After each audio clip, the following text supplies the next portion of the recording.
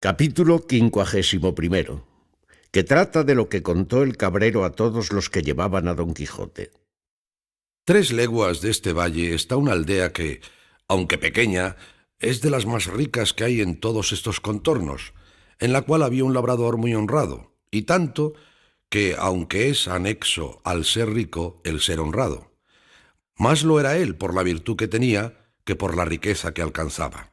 Mas lo que le hacía más dichoso, según él decía, era tener una hija de tan extremada hermosura, rara discreción, donaire y virtud, que el que la conocía y la miraba se admiraba de ver las extremadas partes con que el cielo y la naturaleza la habían enriquecido. Siendo niña fue hermosa y siempre fue creciendo en belleza, y en la edad de 16 años fue hermosísima.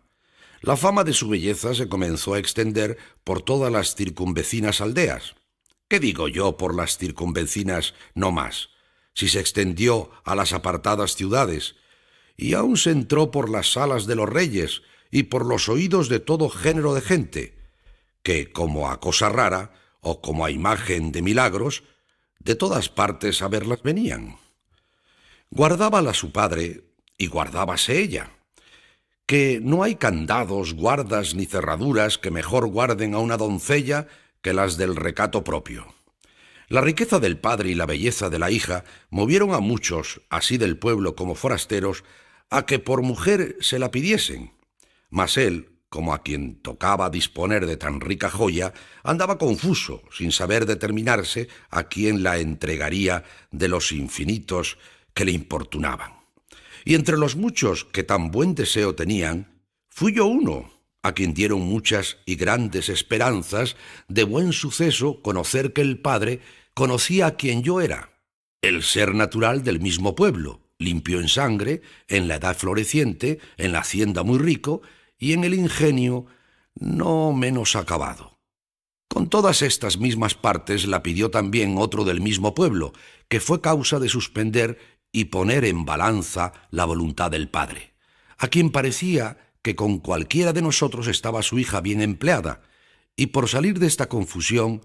determinó decírselo a Leandra, que así se llamaba la rica que en miseria me tiene puesto, advirtiendo que, pues los dos éramos iguales, era bien dejar a la voluntad de su querida hija el escoger a su gusto, cosa digna de imitar de todos los padres que a sus hijos quieren poner en estado.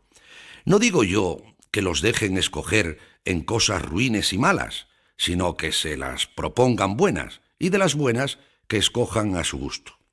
No sé yo el que tuvo Leandra, solo sé que el padre nos entretuvo a entrambos con la poca edad de su hija, y con palabras generales, que ni le obligaban ni nos desobligaba tampoco. Llámese mi competidor Anselmo y yo Eugenio, porque vais con noticia de los nombres de las personas que en esta tragedia se contienen, cuyo fin aún está pendiente. Pero bien se deja entender que ha de ser desastrado. En esta sazón vino a nuestro pueblo un Vicente de la Rosa, hijo de un pobre labrador del mismo lugar, el cual Vicente venía de las Italias y de otras diversas partes de ser soldado. Llevóle de nuestro lugar, siendo muchacho de hasta 12 años, un capitán que con su compañía por allí acertó a pasar, y volvió el mozo de allí a otros 12, vestido a la soldadesca, pintado con 1000 colores, lleno de 1000 dijes de cristal y sutiles cadenas de acero. Hoy se ponía una gala y mañana otra, pero todas sutiles, pintadas, de poco peso y menos tomo. La gente labradora, que de suyo es maliciosa, y dándole el ocio lugar, es la misma malicia, lo notó, y contó punto por punto sus galas y preseas, y halló que los vestidos eran 3, de diferentes colores, con sus ligas y medias.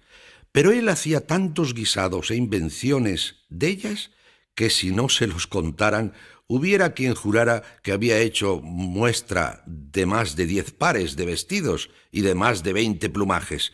Y no parezca impertinencia y demasía esto que de los vestidos voy contando, porque ellos hacen una buena parte en esta historia.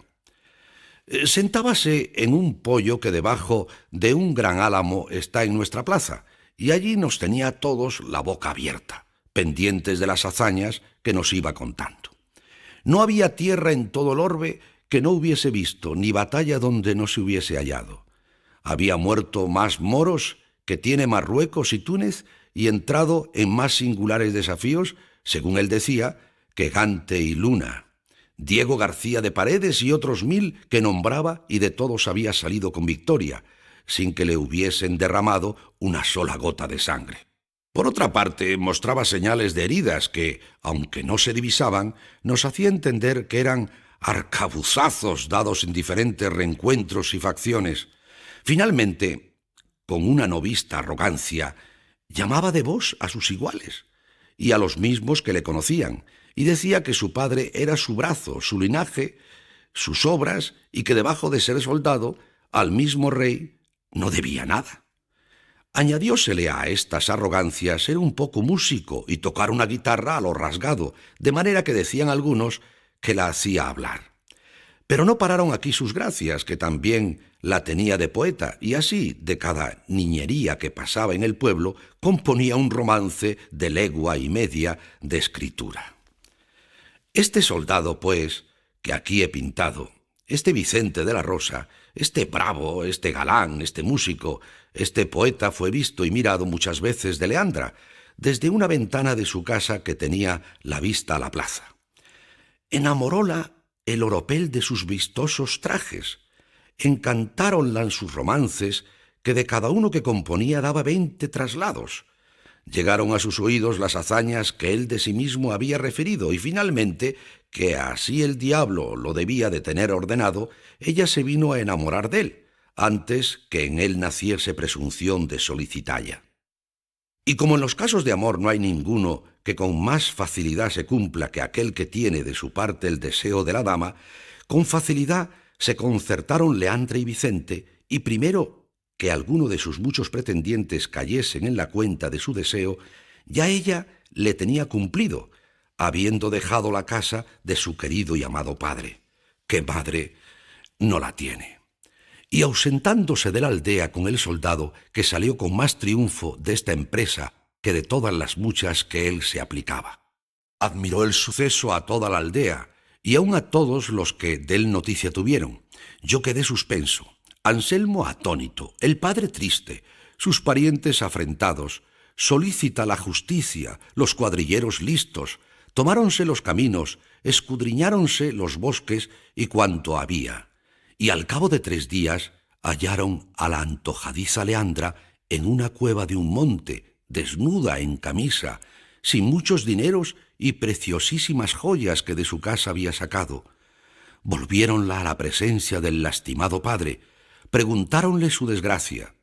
Confesó sin apremio que Vicente de la Rosa la había engañado, y debajo de su palabra de ser su esposo la persuadió que dejase la casa de su padre,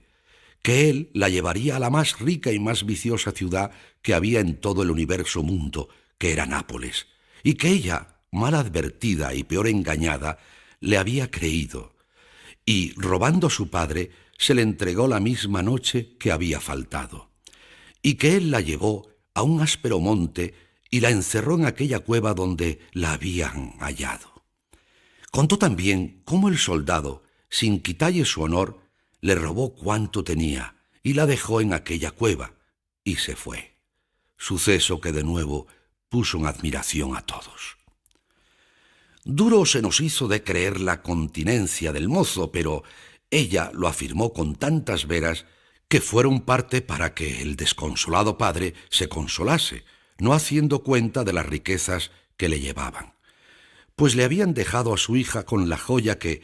si una vez se pierde, no deja esperanza de que jamás se cobre. El mismo día que pareció Leandra, la desapareció su padre de nuestros ojos y la llevó a encerrar en un monasterio de una villa que está aquí cerca, esperando que el tiempo gaste alguna parte de la mala opinión en que su hija se puso. Los pocos años de Leandra sirvieron de disculpa de su culpa, a lo menos con aquellos que no les iba algún interés en que ella fuese mala o buena. Pero los que conocían su discreción y mucho entendimiento no atribuyeron a ignorancia su pecado, sino a su desenvoltura y a la natural inclinación de las mujeres, que por la mayor parte suele ser desatinada y mal compuesta. Encerrada Leandra, quedaron los ojos de Anselmo ciegos, a lo menos sin tener cosa que mirar que contento le diese. Los míos en tinieblas, sin luz que a ninguna cosa de gusto les encaminase. Con la ausencia de Leandra crecía nuestra tristeza, apocábase nuestra paciencia, maldecíamos las galas del soldado y abominábamos del poco recato del padre de Leandra. Finalmente Anselmo y yo nos concertamos de dejar la aldea y venirnos a este valle, donde él, apacentando una gran cantidad de ovejas suyas propias y yo un numeroso rebaño de cabras, también mías, pasamos la vida entre los árboles, dando vado a nuestras pasiones, o cantando juntos alabanzas o vituperios de la hermosa Leandra, o suspirando solos y a solas comunicando con el cielo nuestras querellas. A imitación nuestra, otros muchos de los pretendientes de Leandra se han venido a estos ásperos montes usando el mismo ejercicio nuestro, y son tantos que parece que este sitio se ha convertido en la pastoral Arcadia, según está colmo de pastores y de apriscos, y no hay parte en él donde no se oiga el nombre de la hermosa Leandra. Este la maldice y la llama antojadiza, varia y deshonesta. Aquel la condena por fácil y ligera, tal la absuelve y perdona, y tal la justicia y vitupera. Uno celebra su hermosura, otro reniega de su condición, y, en fin, todos la deshonran, y todos la adoran, y de todos se extiende a tanto la locura que hay quien se queje de desdén sin haberla jamás hablado, y aun quien se lamente y sienta la rabiosa enfermedad de los celos, que ella jamás dio a nadie, porque, como ya tengo dicho, antes se supo su pecado que su deseo. No hay hueco de peña, ni margen de arroyo, ni sombra de árbol que no esté ocupada de algún pastor que sus desventuras a los aires cuente. El eco repite el nombre de Leandra, donde quiera que pueda formarse. Leandra resuenan los montes, Leandra murmuran los arroyos, y Leandra nos tiene a todos suspensos y encantados, esperando sin esperanza y temiendo sin saber de qué tememos. Entre estos disparatados, el que muestra que menos y más juicio tiene es mi competidor Anselmo, el cual, teniendo tantas cosas de qué quejarse, solo se queja de ausencia, y al son de un rabel que admirablemente toca con versos donde muestra su buen entendimiento, cantando se queja. Yo sigo otro camino más fácil y a mi parecer el más acertado, que es decir mal de la ligereza de las mujeres, de su inconstancia, de su doble trato, de sus promesas muertas, de su fe rompida y finalmente del poco discurso que tienen en saber colocar sus pensamientos e intenciones que tienen. Y esta fue la ocasión, señores, de las palabras y razones que dije a esta cabra cuando aquí llegué, que por ser hembra la tengo en poco, aunque es la mejor de todo mi apero. Esta es la historia que prometí contaros. Si he sido en el contarla prolijo, no seré en serviros corto. Cerca de aquí tengo mi majada, y en ella tengo fresca leche y muy sabrosísimo queso, con otras varias y sazonadas frutas, no menos a la vista que al gusto agradables.